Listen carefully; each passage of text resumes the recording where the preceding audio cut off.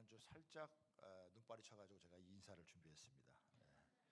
오늘은 은혜로 받은 놀라운 구원의 선물이라고 하는 제목으로 우리 하나님 말씀을 나누도록 하겠습니다.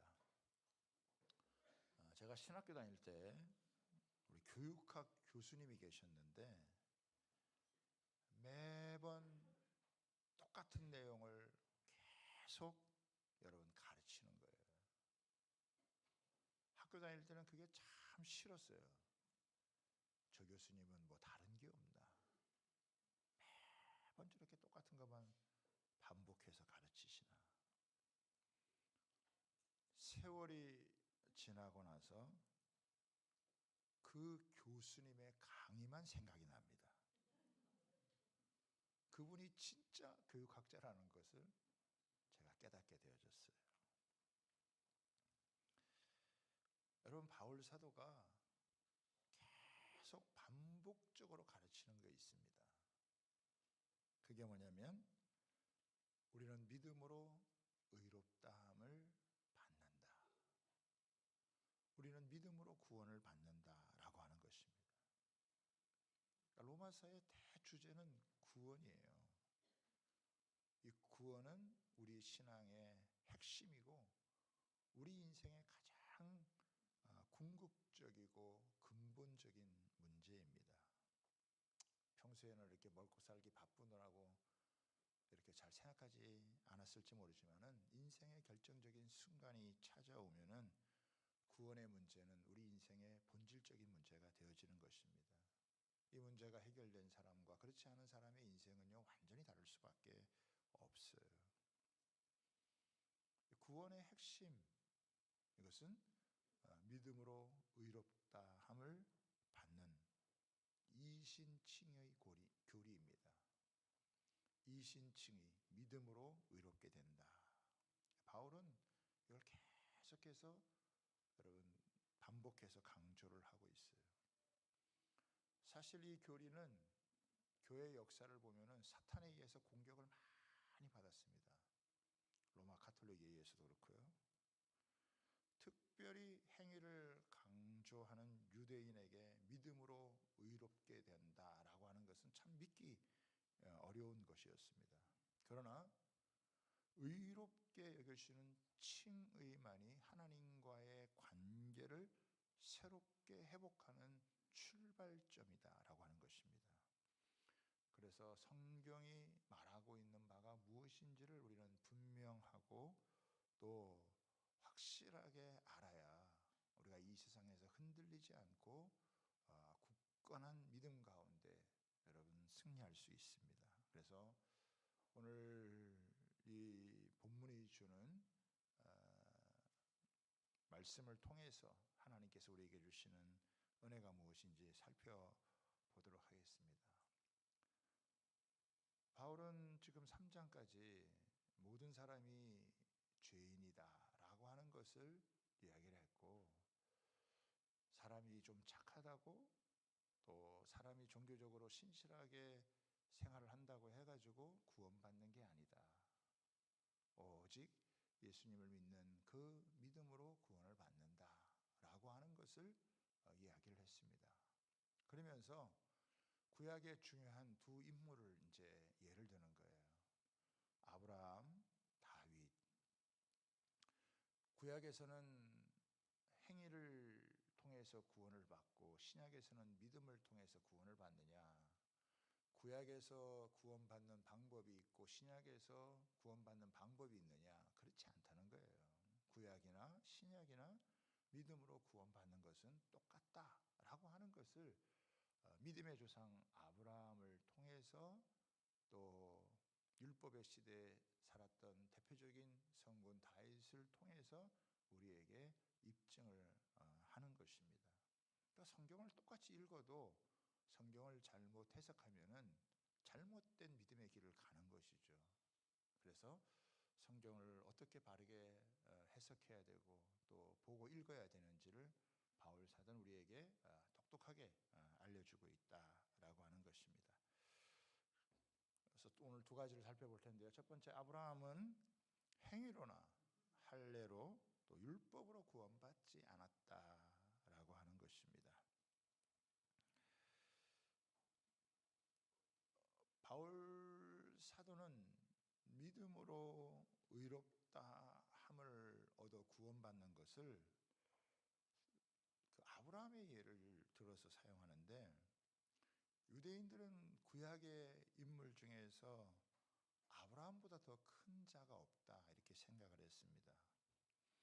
그런데 그렇게 자랑스럽게 여겼던 아브라함도 그들이 생각했던 것처럼 율법의 행위로 의롭다함을 받은 것이 아니라고 말씀하는 거예요. 아브라함이 의롭다함을 받은 것은 그의 행위가 아니라 그의 믿음이었다라고 하는 것입니다. 아브라함은 75세에 하나님의 약속을 받아서 부르심을 받아 믿음의 여정을 시작을 하잖아요. 그러나 아브라함의 삶도 보면 결정적인 실수가 여러분 많았어요. 자기 아내를 루이라고 속이기도 하고, 또 하나님이 아들 주겠다는 약속을 잘못 이해를 해가지고 조강지처가 아니라 첩을 통해 가지고 이스마엘을 낳기도 했다라고 하는 것입니다. 그러니까 아브라함의 행위로 보면은 하나님을 만족시킬 수가 없었다라고 하는 것입니다. 그런데 하나님께서 창세기 15장에 그 아브라함을 부르셔서 밤하늘의 별을 보여주면서 이 밤하늘의 수많은 별처럼 내 후손이 이렇게 많을 것이다 라고 이렇게 하나님이 약속을 주세요. 그랬더니 아브라함이 그것을 여러분 믿습니다. 하나님이 그것을 의로 여겨주는 거예요. 여기에 보면은 하나님이 많은 후손들을 줄 것이다 이런 의미도 있는데, 중요한 것은 여기에 단수로 후손을 줄 것이다 이게 나오는 거예요. 이건 무엇을 의미하냐면은 아브라함의 씨를 통해서 온 인류를 구원할 구원자 예수를 줄 것이다 라고 하는 거예요. 그것을 아브라함이 믿었다라고 하는 거죠. 믿기지 않는 이 내용을 아브라함이 믿어서 하나님께서 그것을 의로 여겨주었다라고 하는 것입니다. 창세기 15장은 아브라함이 가나안 땅에 들어간 지 15년 정도 되었을 때, 그러니까 75세의 부름을 받았으니까 90세 정도 되었을 때 하나님께서 하늘의 별을 보여주면서 후손을 주겠다 약속을 한 거죠. 75세에도 믿기 어려웠는데, 또 85세 그것이 잘 믿어지지 않아가지고 첩을 통해 자식을 낳았는데 90세가 돼가지고 하나님이 주시겠다 할 때 그것을 참 믿었다라고 하는 게 참 놀랍죠. 하나님이 말씀하신 것을 액면 그대로 받아들이는 그 믿음이 아브라함에게 여러분 있었습니다. 말씀하시는 하나님을 그가 온전히 신뢰했다라고 하는 것입니다. 우리는 또 이렇게 생각할 수도 있어요. 아브라함에게 하나님이 자손을 준다는 걸 믿을 수 있겠지만은 아브라함 이후에 예수님의 탄생이 2000년 후가 되어지는데 이 예수님을 어떻게 믿었을까? 그렇게 의구심을 가질 수 있잖아요. 그런데 요한복음 8장 56절에는 굉장히 놀라운 말씀을 하고 있어요. 한번 띄워주세요. 너희 조상 아브라함은 나의 때 볼 것을 즐거워하다가 보고 기뻐하였느니라. 그러니까 아브라함이 2000년 후에 온 인류를 구원할 자기의 씨로 말미암은 그 메시아, 그 예수님을 올 것을 기뻐하다가 마침내 그것을 보고 기뻐하였다. 참 놀라운 믿음이 여러분 아닐 수가 없죠.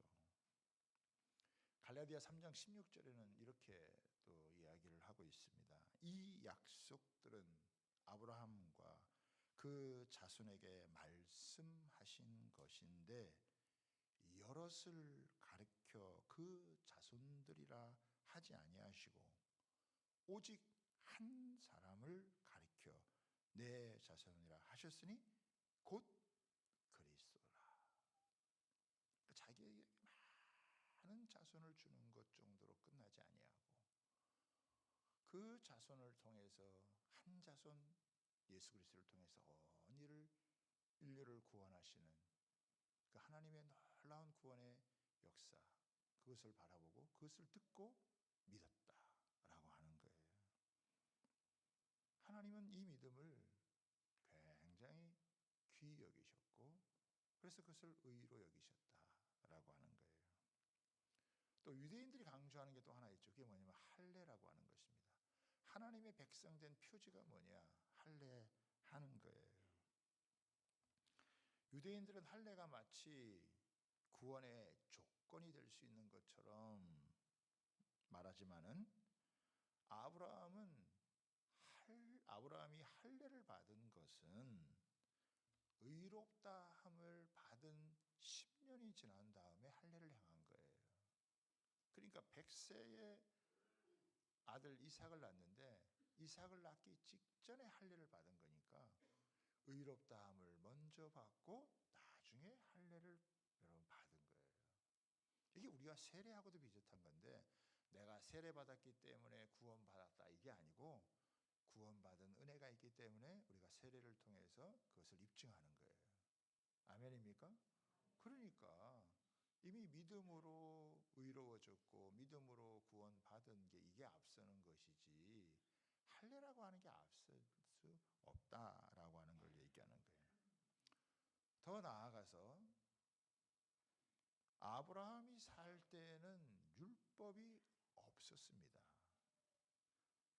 율법은 모세 시대에 등장을 하잖아요. 그러면 아브라함 이후 430년이 지난 후에 율법이 등장하는 거예요. 아브라함이 율법을 지켜서 구원받았다. 이건 말이 안 되는, 있을 수가 없는 그런 이야기잖아요.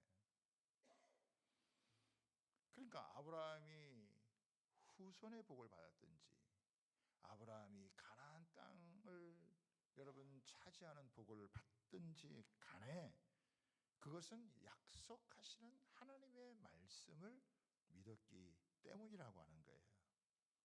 이런 믿음의 원리가 구원까지 그대로 여러분 적용이 되어지는 것입니다. 그래서 우리 성경을 한번 보세요. 4장 우리 1절부터 한번 봅니다. 그런즉 육신으로 우리 조상인 아브라함이 무엇을 얻었다 하리요? 만일 아브라함이 행위로서 의롭다 하심을 받았으면 자랑할 것이 있으려니와 하나님 앞에서는 없느니라. 그렇죠? 아브라함도 뭐 자랑할 게 없다는 거예요.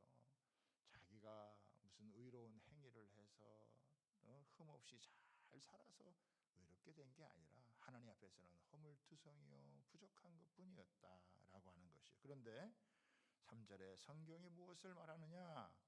아브라함이 하나님을 믿음에 그것이 그에게 의로 여겨진 바 되었느니라. 여러분, 아브라함이 하나님을 믿음에 의로 여겨졌다라고 하는 말이 무슨 말인가? 이것을 신약 성경에서 잘 표현해 주고 있어요. 에베소서 2장 8절 9절에 보면은 너희가 그 은혜를 인하여 믿음으로 말미암아 구원을 받았나니 이것이 너희에게서 난 것이 아니요 하나님의 선물이라.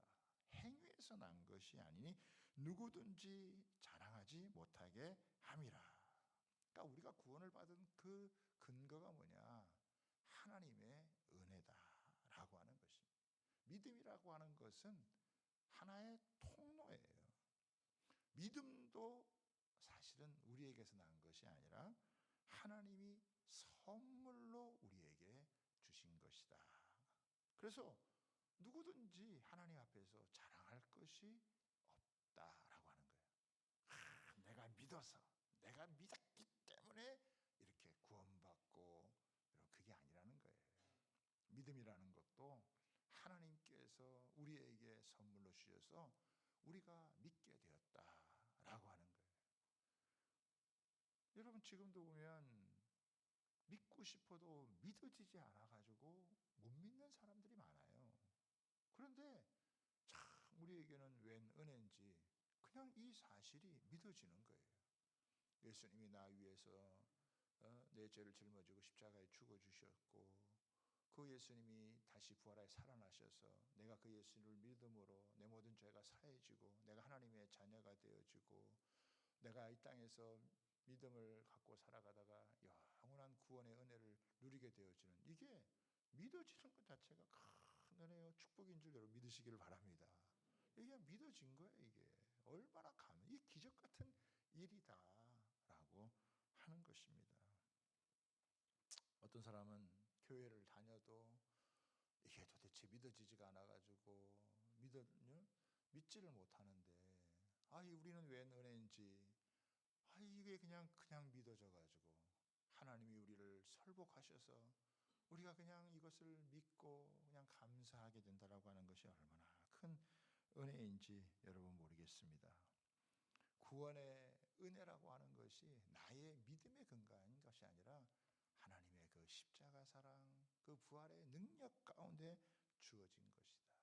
이걸 우리가 여러분 놓치지 말아야 하는 거죠. 그러니까 우리는 그냥 자랑할 게 없고 하나님 앞에 감사합니다, 또 하나님 앞에 찬양합니다 라고 할 것밖에는 없다라고 하는 것입니다. 우리가 할 수 있는 최고의 일은 뭐냐? 액면 그대로 하나님 말씀을 그냥 받아 여러분 드리는 거예요.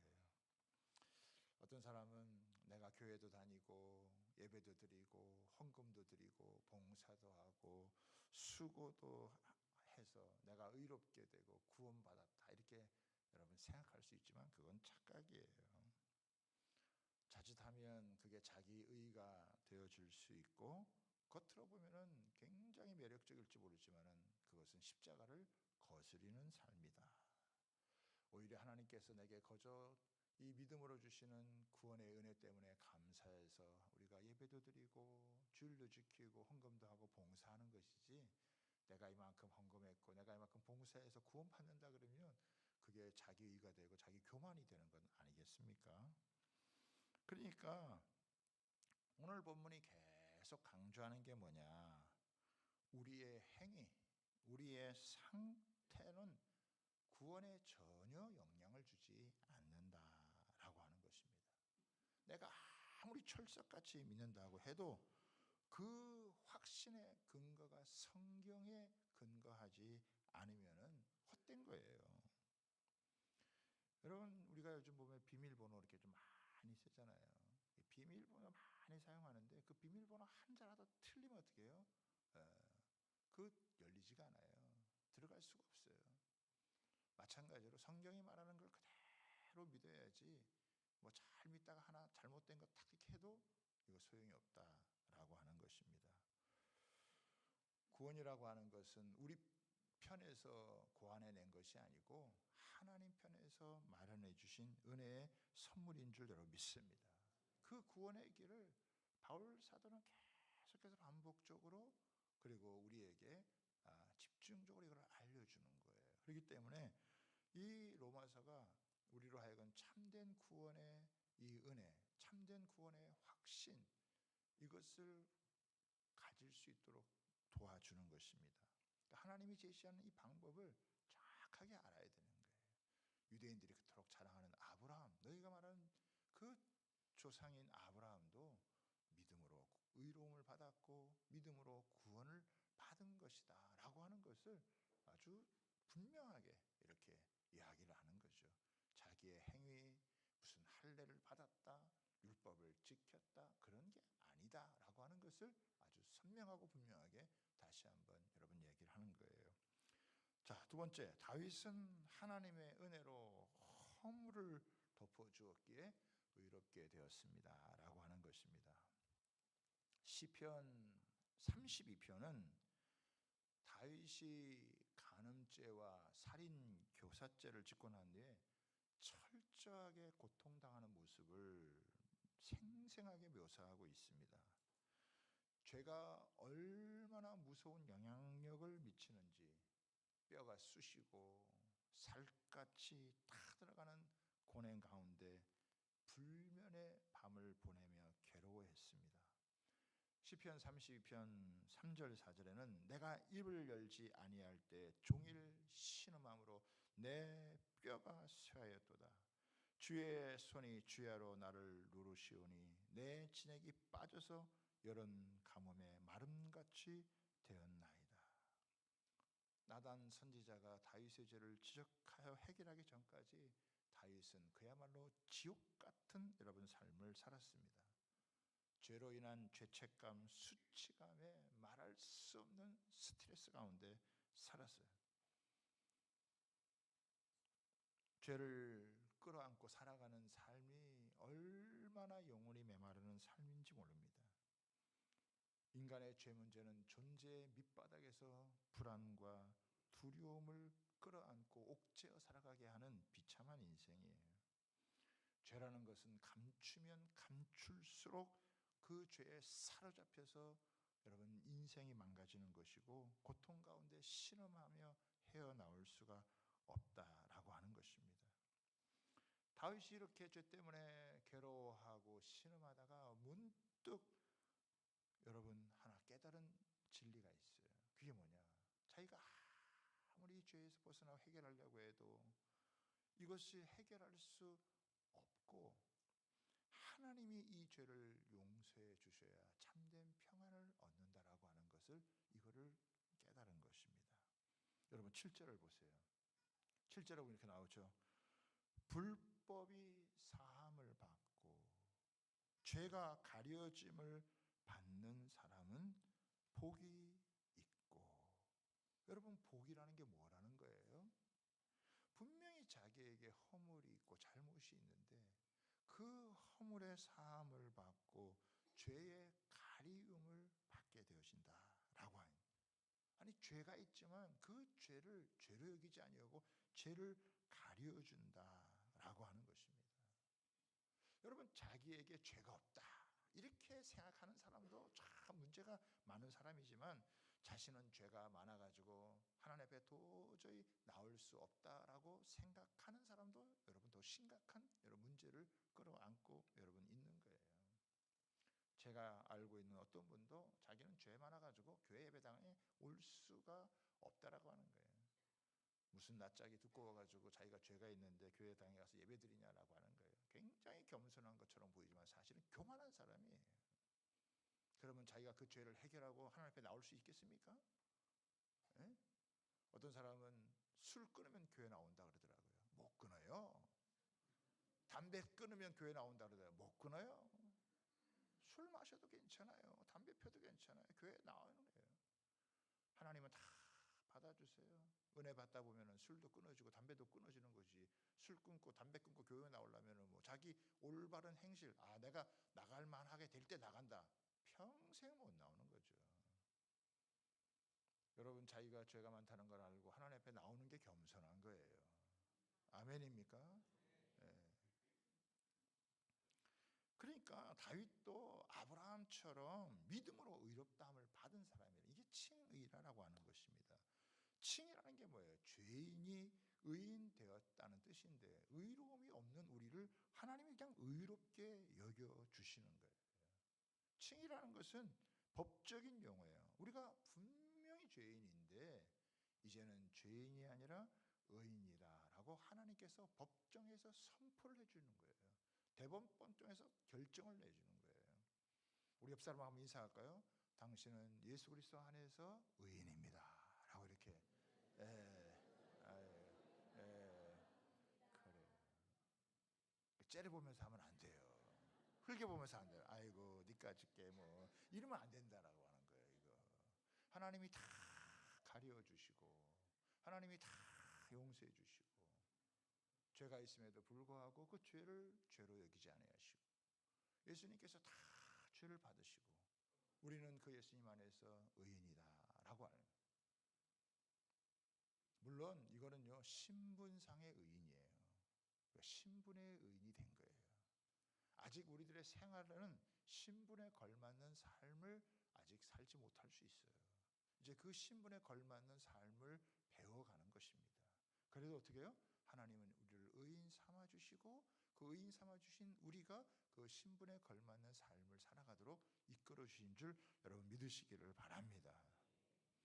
그러니까 우리가 의로운 게 아니라 의롭게 여겨 주신 거예요. 나를 그렇게 하나님이 봐주시는 거예요. 여겨 주시는 거예요. 다윗이 그토록 죄를 졌지만 하나님이 그 죄를 다 없는 것처럼 가려주시고 용서해 주시고 더 이상 그 잘못된 행위를 보지 아니하시고 하나님의 아들로 삼아주시고 의의 옷을 입혀주셨다라고 하는 거예요. 이게요 얼마나 감사한 일이고 감격적인 일이냐. 온 인류의 가장 공의로운 심판자 되시는 하나님께서 우리에게 무죄를 선포하시고 우리를 의롭다 하시고 하나님 자녀 삼아주시고 불법을 사해주시고 죄를 가려주신 거, 여러분 이게 얼마나 감격스러운 일이냐. 우린요 살아가면서 아마 또 죄를 질걸요. 에? 여기 점잖게 앉아 계시는 것 같아도요 살아가면서 또 죄를 질걸요. 죄를 졌고 죄를 짓고 있고 앞으로도 죄를 질지 모르겠어요. 그렇죠? 그런데도 하나님이 어떻게 해요? 그거 다 가려주시고 의인이다 라고 이렇게 칭해 주시는 거, 이거를 그냥 그대로 받아들이면 이게 우리 삶에 엄청난 변화를 가져다 주고 삶의 혁명을 가져다 준다라고 하는 거예요.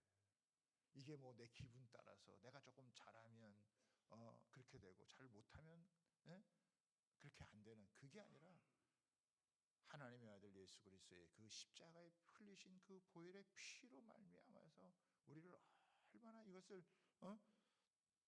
믿게 하는지 이 당당한 근거가 되어진다라고 하는 것입니다. 자, 이 두 가지 예를 들면서 한 가지 더 얘기를 하고 있는데 그게 뭐냐면 노동의 법칙을 통해서 한 번 더 일깨워주고 있다라고 하는 것입니다. 5절을 한번 보세요. 이를 아니할지라도 경건하지 아니한 자를 의롭다 하시는 이를 믿는 자에게는 그의 믿음을 의로 여기시나니 일할 것이 없이 하나님께 의로 여기심을 받는 사람의 복에 대하여. 그러니까 이게 뭘 얘기하냐면 내가 일을 해가지고 임금을 받으면은 그거는 뭐 당연한 것이고 감사의 조건이 안 되는 거죠. 그런데 내가 일을 하지도 않았는데 나에게 임금을 준다라고 하는 것은 너무 감사한 일이고 너무 이거는 황송한 일이다라고 하는 거예요.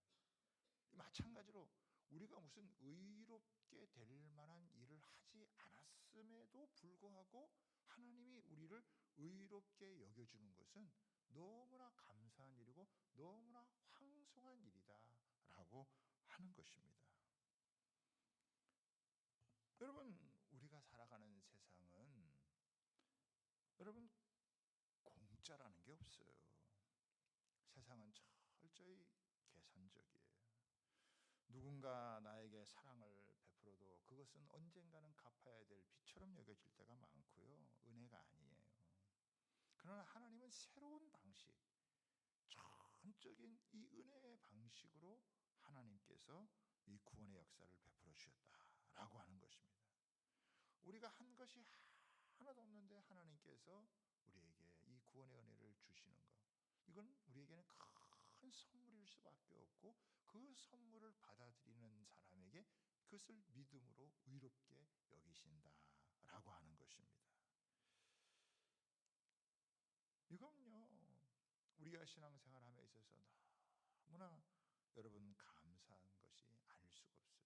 어떨 때 우리가 신앙생활하다 보면 야 내가 이렇게 살고도 내가 하나님을 믿는 백성이라 할 수 있나, 여러분 이런 생각을 가질 수도 있지만은 하나님께서 그 십자가의 은혜 가운데서 우리를 다 이렇게 덮어주시고 우리를 용납해 주시고 우리를 품어주시고 이걸 생각하면 하나님의 크신 사랑과 은혜가 얼마나 놀라운 것인지 알 수가 있다라고 하는 것입니다.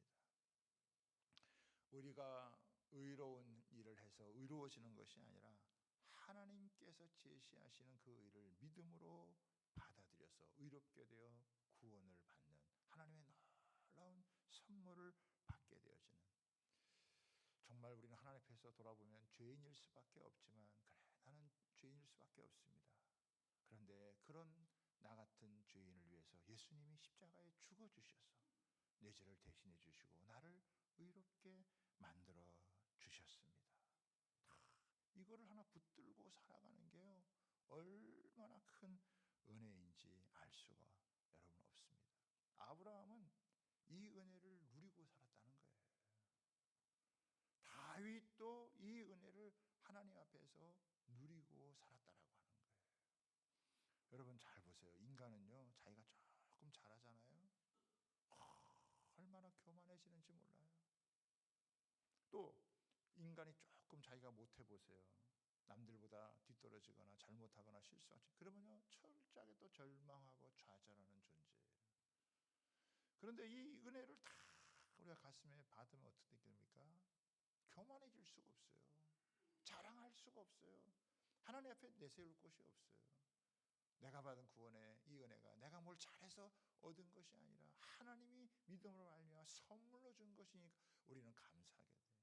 내가 아무리 이렇게 부족하고 연약하고 해도 나를 사랑하시는 하나님의 은혜, 내 모든 죄를 가려주시는 그 은혜 때문에 우리는 모든 절망과 좌절을 뚫고 여러분 일어나서 예수 그리스도의 그 승리의 은혜를 누리고 살아갈 수 있게 되는 줄 여러분 믿습니다. 완전한 죄의 용서 우리는 믿어야 되는 거예요. 죄의 문제가 해결돼서 우리는 자유를 얻고 해방하게 되었다라고 하는 것이 이게 얼마나 감격적인지, 이걸 계속해서 우리가 곱씹으면서 하나님이 주신 은혜를 우리의 여러분 온 영혼에 녹여내야 되는 겁니다. 다윗은요 이걸 했던 것 같아요. 시편 32편 11절입니다. 같이 한번 볼까요?